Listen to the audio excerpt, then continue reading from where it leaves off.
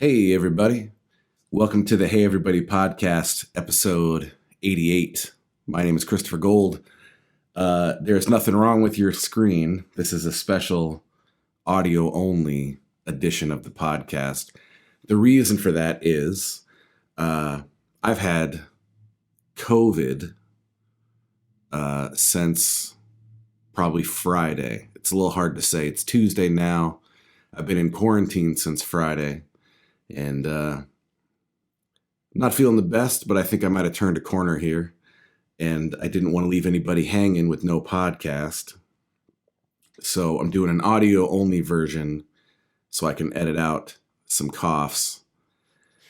And so you can't see what I look like when I've been trapped in a room for 6 days, 5 days, 5 days. What is time, really? I have been quarantined away from my wife and son, which has been unpleasant, but we're making the best of it. We try to get on video calls a lot and speakerphone and that kind of thing, and that's been fun. I've been in here reading articles about how COVID is over and we beat COVID and that kind of thing. And that's a strange feeling for sure. My wife had it first, and that one was, I confess, a little bit scary because I was worried for someone I love, and you only need to hear one or two stories about otherwise healthy, relatively young people being really messed up by COVID for it to be a scary thing when someone you love has it. But she got through it, and I haven't really dealt with any fear having it. There's been some stress. There's been, I confess, some anger and frustration and a feeling of, I don't know. You wrestle with these feelings of like, I guess it was bound to happen at some point, or so they tell me, and I don't know. The hardest part, like I said, has been being away from Tori and Ollie, but it has been an interesting exercise in sort of putting my money where my mouth is as far as the podcast goes and my talks about gratitude and that kind of thing. And I have found that every frustration is a coin with a flip side. For example, I had to miss Easter with my wife and son, and that was upsetting. But I tried instead to be grateful for the fact that we got to celebrate my wife's birthday before she got sick, and we'll get to celebrate my son's birthday after I'm sick. So that's good. I feel frustrated being trapped in this room. But the flip side of that is this room has guitars and books and movies and the internet, and I've watched a lot of old Westerns and that kind of thing, which has been really nice.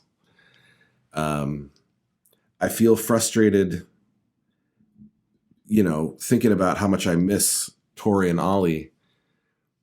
I try to remind myself that the flip side is if you love somebody enough to miss them, that's something to be grateful for, If you're 16 years into a marriage and not seeing your wife for a few days is the worst part about being sick, even when being sick is no picnic, you should be grateful for that.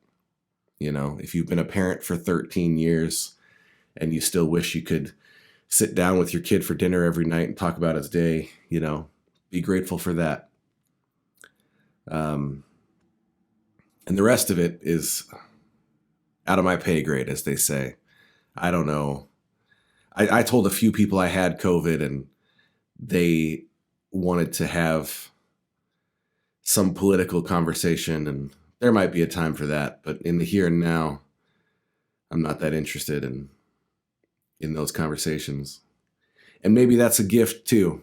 We all have these moments where we get sort of snapped into focus because something's wrong with one of our kids or with the person we love, or we lose our health even for a minute. And we get this wonderful focus and perspective. And oftentimes we let that go a little too quick. So I've been sort of enjoying the clarity of my concerns right now are limited to the health of my wife and my son. And then honestly, secondarily, my own health. And everything else, I'll sort that out later, if ever.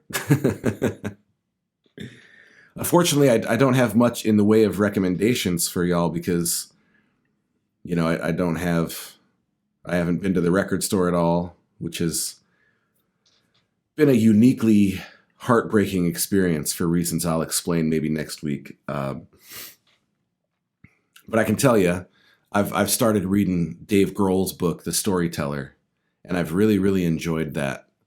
And there's a part of the book where he talks about being a kid and sort of flirting with the idea of manifestation, which has always been something that I didn't quite know how I felt about, and I still don't know how I feel about it. But there was this phrase in the book, and I haven't done the research. I don't know if it's a common phrase in the world of manifestation and positive thinking, or if it's a Dave Grohlism. I intend to finish the book probably today, and we'll talk about it again next week, I bet. But he wrote, "What you think, you become. What you feel, you attract. What you imagine, you create." And maybe that's this week's recommendation. I don't know how much woo-woo truth or magnetism or whatever there is in manifestation, but I know that every minute of every day, we have to think a thought. And what that thought is often determined by our circumstance and our surroundings. And I don't think that needs to be the case. I think if I surrendered my thoughts to my circumstance and my surroundings this week, I'd be tremendously unhappy. But these last couple days, I wrote down that phrase, what you think, you become. What you feel, you attract. What you imagine, you create. And I've just been trying to focus on that. And instead of missing my wife, I'm feeling excitement to see her again. And instead of missing my son, I'm feeling gratitude that he didn't get COVID. And instead of feeling frustration and stress and sadness and anger that I had to miss a show or two, I'm feeling gratitude that I have a job that I like enough to feel bad about missing it.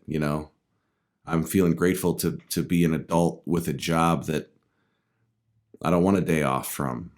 I'm feeling grateful for the people that checked in on me. I'm feeling grateful that though there were moments where it was not great, I know a lot of people got this worse than I did. And I'm grateful to be starting to get little hints that I might be turning a corner here. And yeah, so this might be a short one. I don't know. I hope it's not weird that it was audio only. If you were watching this podcast for the view, I don't know what to tell you. You picked the wrong podcast. In the meantime, I'm excited to get out of here in a day or two and see how things go from there. I say this a lot, but I believe it now more than ever. I think gratitude is the cure to a lot of things, maybe most things. So I'm going to try to focus on that. I hope you will too. I'm also fond of saying, take care of yourself, take care of somebody else. That has become a reality in my life in a very real way this week after taking care of my wife while she had COVID and then being taken care of when I got COVID. As for the rest of it, we cannot know.